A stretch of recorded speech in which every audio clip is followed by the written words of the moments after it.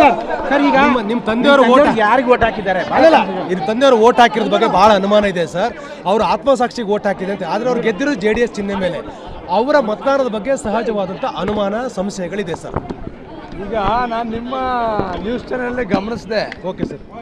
NDA ಅಭ್ಯರ್ಥಿ ಗೆಲ್ತಾರೆ ಅಂತ ಯಾವುದೋ ನ್ಯೂಸ್ ಚಾನಲ್ ತೋರಿಸ್ತೀರಿ ಅಂತ ಹೇಳಿದ್ರು. ನನಗೆ ಗೊತ್ತಿಲ್ಲ, ಅವರ ಅಭಿಪ್ರಾಯ ವ್ಯಕ್ತಪಡಿಸಿದ್ರು ಅಂತ ಹೇಳಿದ್ರು. ಹಂಗಾಗಿ ಅದರಲ್ಲಿ ಅನುಮಾನ ವ್ಯಕ್ತಪಡಿಸ್ತಕ್ಕಂಥದ್ದು ಏನಿಲ್ಲ ಅಂತಕ್ಕಂಥದ್ದು ನನ್ನ ಭಾವನೆ. ನಾನು ನೋಡಿಲ್ಲ, ನನಗೆ ನಮ್ಮ ಕಾರ್ಯಕರ್ತರು ಫೋನ್ ಮಾಡಿದರು. ಅಲ್ಲಿ ನಿಮ್ದು ಯಾವುದೋ ನ್ಯೂಸ್ ಚಾನಲಲ್ಲಿ ತೋರಿಸ್ತಾ ಇದ್ರು DT ದೇವೇಗೌಡರು NDA ಅಭ್ಯರ್ಥಿ ಗೆಲ್ತಾರೆ ಅಂತ ಹೇಳಿಕೆ ಕೊಟ್ಟರು ಅಂತ ತೋರಿಸ್ತಾ ಇದ್ರು. ನಾನು ನೋಡಲಿಲ್ಲ ಅದನ್ನ. ಆದ್ದರಿಂದ ಆ ಹೇಳಿಕೆ ಕೊಟ್ಟ ಮೇಲೆ ಬಹುಶಃ ಅನುಮಾನ ಎಲ್ಲಿ ವ್ಯಕ್ತಪಡಿಸ್ತಾರೆ ಅಂತಕ್ಕಂಥ ನಾನು ಮಾತಾಡ್ಸಿದ್ರೆ ಸರ್ ಏನಾದ್ರು ಓಟ್ ಹಾಕ್ಲಿಕ್ಕೆ ಕೇಳಿದ್ರ? ಅಲ್ಲ, ಇದರಲ್ಲಿ ನಮ್ಮ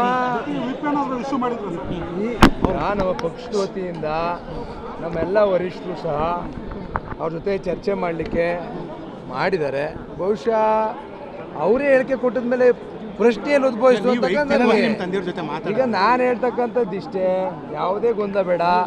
ನಮ್ಮ ಪಕ್ಷದಲ್ಲಿ ಎಲ್ಲ 18 ಜನ ಒಗ್ಗಟ್ಟಾಗಿದ್ದೀವಿ. ಎಲ್ಲ 18 ಜನ ನಾವು JDS ಪಕ್ಷ. ಯಾಕಂದ್ರೆ ಆತ್ಮಸಾಕ್ಷಿ ಅನ್ನೋ ಬದಲು ನಾನು JDS ಓಟ್ ಹಾಕಿದ್ದು ಹೇಳಕ್ಕೆ ಯಾಕೆ ಹಿಂಜರಿಕೆ DT ದೇವೇಗೌಡರಿಗೆ ಅಂತ ಅದನ್ನ ನೀವು ಅವ್ರನ್ನೇ ಕೇಳಬೇಕು. ಆದ್ರಿಂದ ಈ ಪ್ರಶ್ನೆ ನಾನು ಹೇಳ್ತಕ್ಕಂಥದ್ದು ಇಷ್ಟೇ, ನಮ್ಮ JDS ಪಕ್ಷದ ವತಿಯಿಂದ ನಾವೆಲ್ಲ 18 ಜನ ಒಟ್ಟಾಗಿದ್ದೀವಿ. ಒಟ್ಟಾಗಿ JDS ಪಕ್ಷಕ್ಕೆ ಮತದಾನ, ಗೋವಿಂದರಾಜರಿಗೆ ಮತದಾನ ಮಾಡಿದ್ದೀವಿ. ನಾವು ಒಟ್ಟಾರೆಯಾಗಿ JDS ಪಕ್ಷದ ಅಭ್ಯರ್ಥಿಗೆ ನಾನು ಹೇಳ್ತಾ ಇದ್ದೀನಲ್ಲ, ನಾನು ಒಟ್ಟಾರೆಯಾಗಿ ಮಾತಾಡಿದೀವಿ. ನಾವೆಲ್ಲ ಒಟ್ಟಾಗಿದ್ದೀವಿ.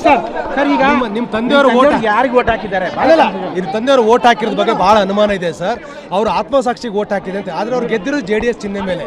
ಅವರ ಮತದಾನದ ಬಗ್ಗೆ ಸಹಜವಾದಂಥ ಅನುಮಾನ ಸಂಶಯಗಳಿದೆ ಸರ್. ಈಗ ನಾನು ನಿಮ್ಮ ನ್ಯೂಸ್ ಚಾನಲ್ ಗಮನಿಸಿದೆ. Okay sir.